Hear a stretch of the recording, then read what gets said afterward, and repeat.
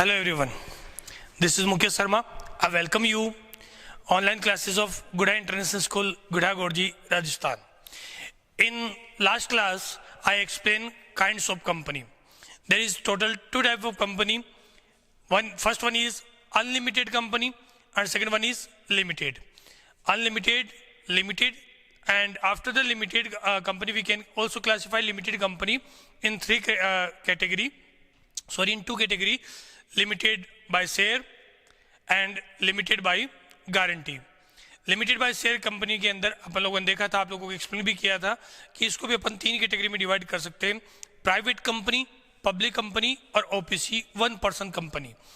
मैंने आप लोगों को ये भी बताया था साथ में कि इसके बारे में अपन और आगे डिटेल में स्टडी करेंगे. वहाँ पर जनरल इंट्रोडक्शन दिया था, अब उसी की कंटिन्यू अपन कर रहे हैं कंपनीज के बारे में. तो कंपनी की स्टडी के अंदर मैंने बताया था आप लोगों को, first one is private company. A company that is created by private person at a few special situation that is known by them private company. It is also defined in the company act.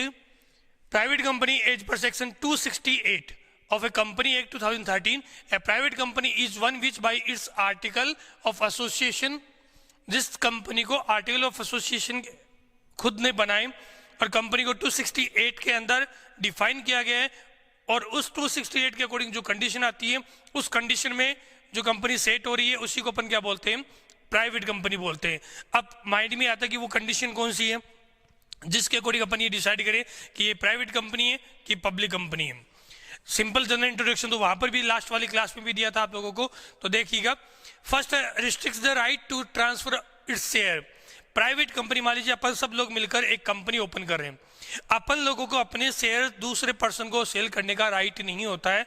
उसे बोलते हैं कि अपन transferability नहीं रखते share को एक person से दूसरे पर्सन को सेल करने का. उसे बोलते हैं restricts the right to transfer its share, मतलब ट्रांसफर नहीं कर सकते. ऐसी कंपनी किस कैटेगरी के अंदर आएगी, प्राइवेट कंपनी. सेकेंड है limits the number of its member to 200, मतलब इसके जो मिनिमम मेंबर होते हैं वो होते 2 और मैक्सिमम जो लिमिट होती है वो होती है 200. पहले इसकी अलग थी, लेकिन अभी जो 2013 के अंदर अमेंडमेंट हुआ और 14 से जिसको स्टार्ट किया गया है उसके अकॉर्डिंग मैं बता रहा हूँ. तो इसके जो मेंबर होंगे वो कितने होंगे, मैक्सिमम 200 हो सकते हैं. और यदि किसी कंपनी के अंदर ये रूल इंप्लीमेंट हो रहा है तो वो किस टाइप की होगी, प्राइवेट कंपनी होगी. Prohibit any invitation to the public to subscribe for any securities. सबसे पहले ये बता दें तो सिक्योरिटीज का मतलब क्या होता है, कंपनी के जैसे शेयर है, डिबेंचर है, ये कुछ वर्ड ऐसे जो आप लोगों को अभी समझ में नहीं आ रहे कि डिबेंचर क्या होते हैं. लेकिन ये मान लीजिए कि कंपनी अपने शेयर पब्लिक के अंदर ऑफर करके सेल नहीं कर सकती.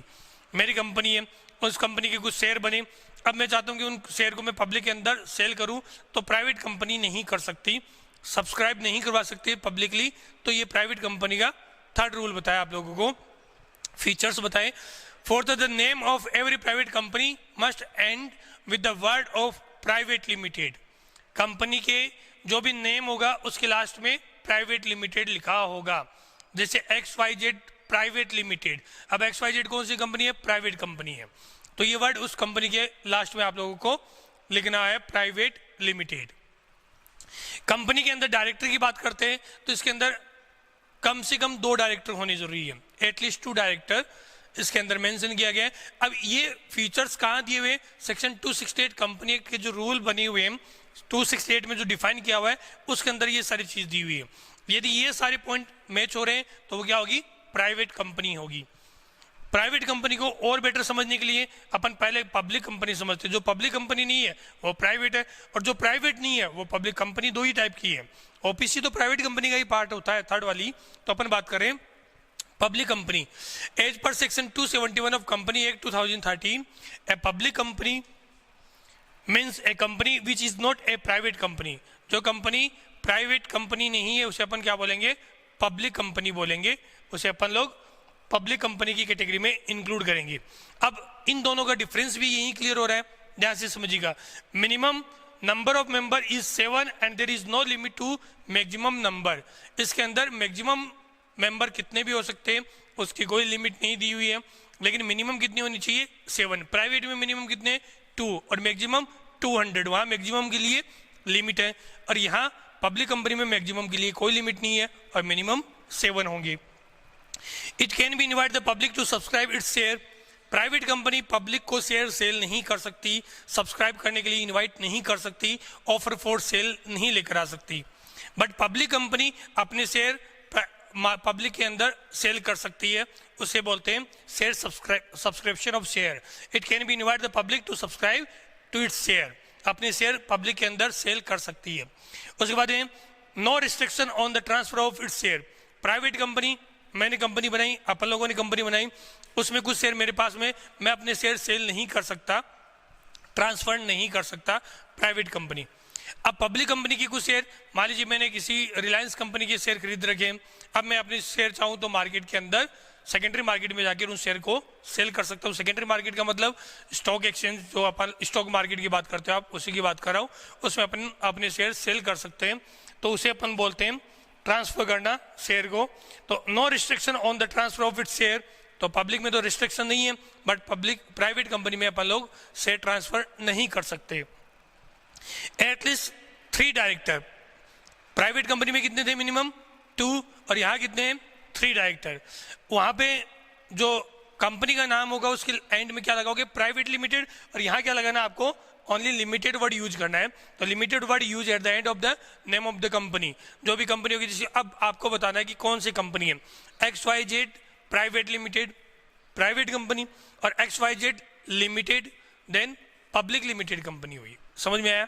Okay, private company public company explain की, दोनों का डिफरेंस भी आप लोगों को साथ में बताया। डिफरेंस में एक छोटी सी नजर फिर डालते हैं। इसमें restrict the right of the transfer of it share नहीं कर सकता, ट्रांसफर नहीं कर सकता, पब्लिक में कर सकता है। Limits the number of member, इसमें 2 and 200 है, और पब्लिक कंपनी के अंदर 7 एंड अनलिमिटेड है, मैक्सिमम लिमिट नहीं होती।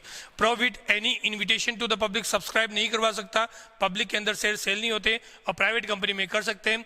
नेम के लास्ट में प्राइवेट लिमिटेड लगाना है, और इसके अंदर लिमिटेड वर्ड यूज करना है। एटलीस्ट 2 डायरेक्टर प्राइवेट कंपनी में, और पब्लिक कंपनी में एटलीस्ट 3 डायरेक्टर होते हैं।